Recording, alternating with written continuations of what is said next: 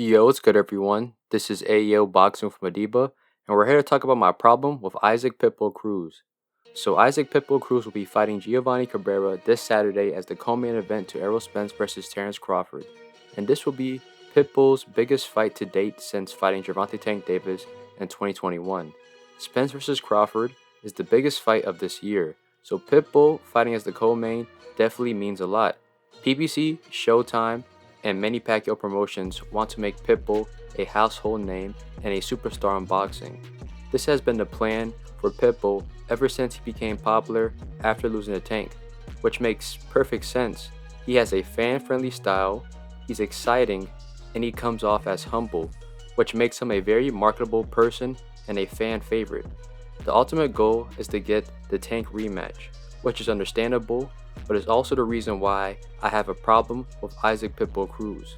Because Pitbull is taking the easy route to get the Tank rematch, and a lot of people seem to be okay with it. Let me explain.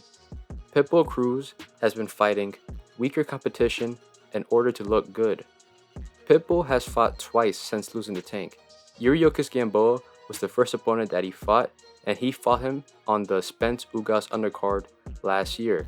Some fans try to justify this fight, claiming that Pitbull beat Gamboa faster and better than Tank and Devin Haney, which is true. However, Gamboa was coming off a 2-year layoff and a 2-fight lose streak. Furthermore, Gamboa was 40 years old and was considered washed up by fans since 2019.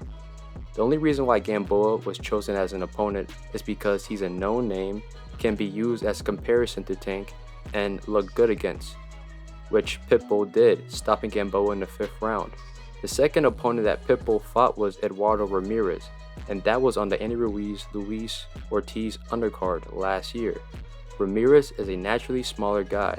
He started his career at 122, campaigned at featherweight for the majority of his career, and had 2 fights at 130 before facing Pitbull. Furthermore, Ramirez is a non-puncher and is relatively unknown.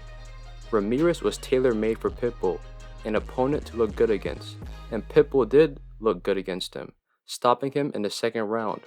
All of these fights were showcase fights to build up hype around Pitbull's name, but none of these fights were competitive against legitimate competition, and I don't see a lot of people calling this out. Pitbull is signed to PBC and Showtime, and PBC has a deep roster of legitimate contenders and opponents at 130 and at lightweight. Edwin De Los Santos, Frank Martin, Rayo Valenzuela, Michelle Rivera, Chris Colbert, or Shaki Foster, and there's some more. However, Pitbull chose not to fight any of those guys and has apparently turned down several fights considering those guys. And we cannot forget about Pitbull not wanting to fight Shakur Stevenson, despite being ordered by the WBC in a title eliminator last year. Pitbull has the weakest resume since 2021, but yet he's getting all this hype and these opportunities. I'm not hating on Pitbull. I actually like him as a boxer, and as a fan, I like his style. I think he's a good fighter. But someone has to hold him accountable. You can't be a fan of Pitbull, but then criticize and hate Tank and Ryan Garcia for their opponents because it's hypocritical. Now, Giovanni Cabrera is a solid fighter, and is a better opponent than Gamboa and Ramirez. He's undefeated, and he just came off a win against Gabe Flores. He's a southpaw with some good boxing skills, and his best punch is the straight left, and he's somewhat awkward in his style. But once again, I feel like this is a tailor-made fight for Pitbull. Cabrera has 7 knockouts in 21 fights, which indicates that he doesn't have a lot of power. Tank is probably the biggest puncher in boxing, and he had a hard time keeping Pitbull off of him. Furthermore, I don't think Cabrera has the skills to outbox Pitbull for the entire fight. I'll have to watch some more film on this kid, but at the moment, I see Pitbull winning. And like what I stated earlier, Pitbull could have easily fought a top contender or a better known name, but instead chose Cabrera. If Pitbull wins, I don't think he deserves a Tank rematch. Tank has better options and better opportunities out there at lightweight that he should pursue.